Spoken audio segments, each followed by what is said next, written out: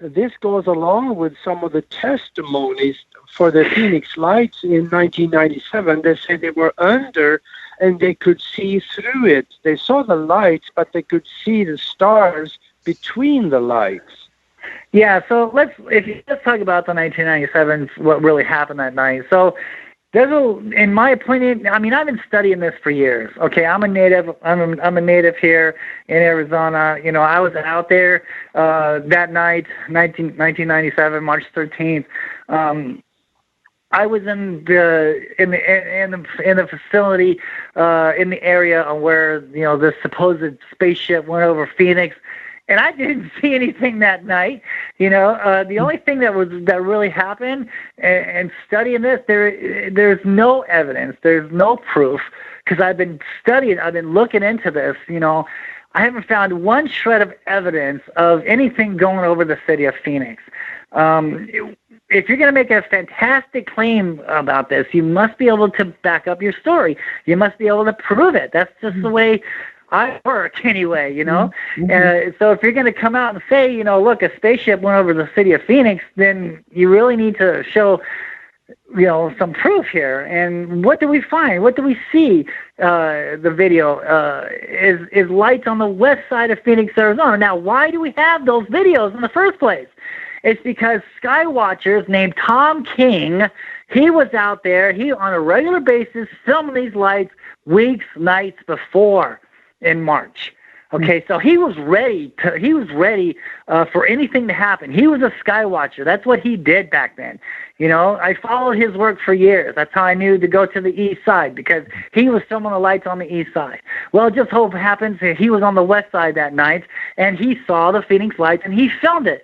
All right, so out of all these witnesses, because a lot of people are saying, thousands of witnesses, but we only have 4 videos of this, right? I mean, come on. I mean, I know cell phones didn't take pictures back then, but come on, I mean, we have people out there with video cameras, and the report here says that a mild craft going 8 miles an hour over the city of Phoenix, and not one person can pick up a camera and film this thing.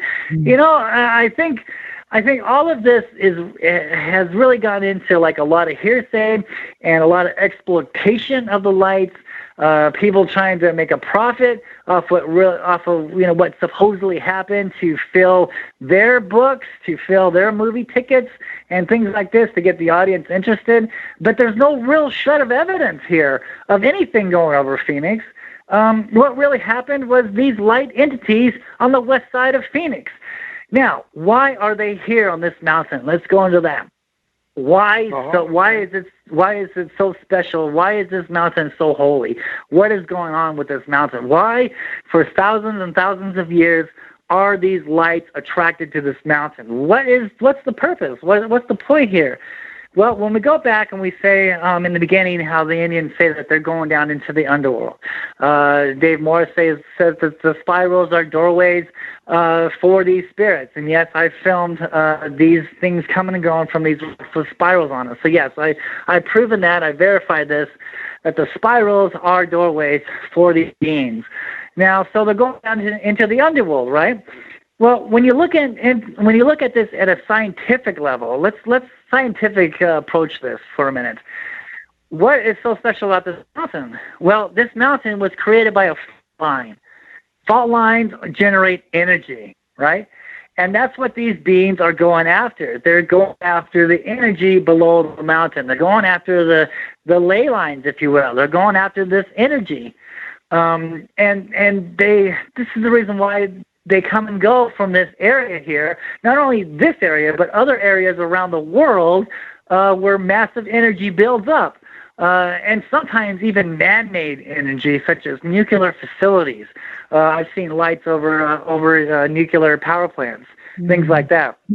So, and in 2004, where was I seeing these lights at? On the east side of South Mountain, over electrical power plant bored down into that fault line. Oh my God. Oh. These lights were right over this power plant, absorbing the energy from the fault line from the mountain. Wow. And in 2004, the energy belt, there was so much energy being used at that time that it shut down the power grid. It shut down the power grid. It shut down some hospitals. It shut down some business owners and shut down some houses. And they had to call in a whole new grid from California on a 22-wheeler that took almost a month to get to Phoenix to replace this grid. Now, it just so happens in 2004, in the summer of 2004, the news media came out and says, we're going to shut down part of the Palo Verde nuclear power plant. Now, this power plant is a few miles out of town, and it's a major power plant. It's a nuclear facility power plant, and it helps Phoenix, and it helps California, it helps Utah, New Mexico. So it's a major power plant, right? And these lights are absorbing that energy there. So is it a coincidence that they shut down that power plant and they turn on these electrical power plants around the city, and the one over there by South Mountain became active that summer, and it drew these lights to that area. Did they know? Did the government know that these lights were going to go over to that power plant? Now look, if they shut down the core, or if they shut down the grid over here in Phoenix, and if these things are over the nuclear power plant and they shut down a core, my God, that'd be a huge catastrophe there. You see? So I believe that they knew what was going to happen. So they shut down the nuclear power plant. They said that it's going under maintenance. They turned on these electrical ones, and bam, exactly what had happened. It attracted these lights to that area. Wow. Yeah. This, also, Jeff, I see now we got only 2.5 minutes left on the show, so maybe also talk a little bit about what's next for you, and maybe also your book that you're out there with on the speaking circuit with, and how they can connect with you. Yeah, great. So I wrote a book about the history of Phoenix. It's like 15, 16 years of research. And it goes into Charles Holbrook. It talks about how to understand the petroglyphs, and it talks about the true history of Phoenix, Arizona. All of this is documented. None of this is just my opinion. This is stuff that has been out there this whole time and has been covered up for the last 80 years. There's tons of photographs in that book, color photographs. It's called The Phoenix Lights, Petroglyphs in the Sky, Landscape for the Spirits, True Stories, Myths, Legends, and UFOs over Phoenix. You can get that on eBay. And so, yeah, this is a lot of information there. And it's a story. It's a story about how to understand Phoenix, Arizona's history. And you can find me on my Facebook page, The Phoenix Lights, Petroglyphs in the Sky. It's all one word, Petroglyphs in the Sky. Find me on my YouTube channel, The Phoenix Lights, Petroglyphs in the Sky. Make sure that you find the right one. It's The Phoenix Lights, Petroglyphs in the Sky, not just Petroglyphs in the Sky, but The Phoenix Lights in front of it. And okay. Awesome. Really great. All right. You're amazing. Thank you. Oh, thank you guys so much for having me. I had a wonderful time. Really great. Thank you. Yeah, and we got about 30 seconds left, don't we? Mm-hmm. Okay. What is next for you now, Jeff? Just really quickly at the end. Well, I do live broadcast on my YouTube channel. There, I have also a Facebook page, and I talk about petroglyphs. I talk about UFOs. So yeah. All right. Well, thank Thanks, you everybody. very much for being with us. See you next week.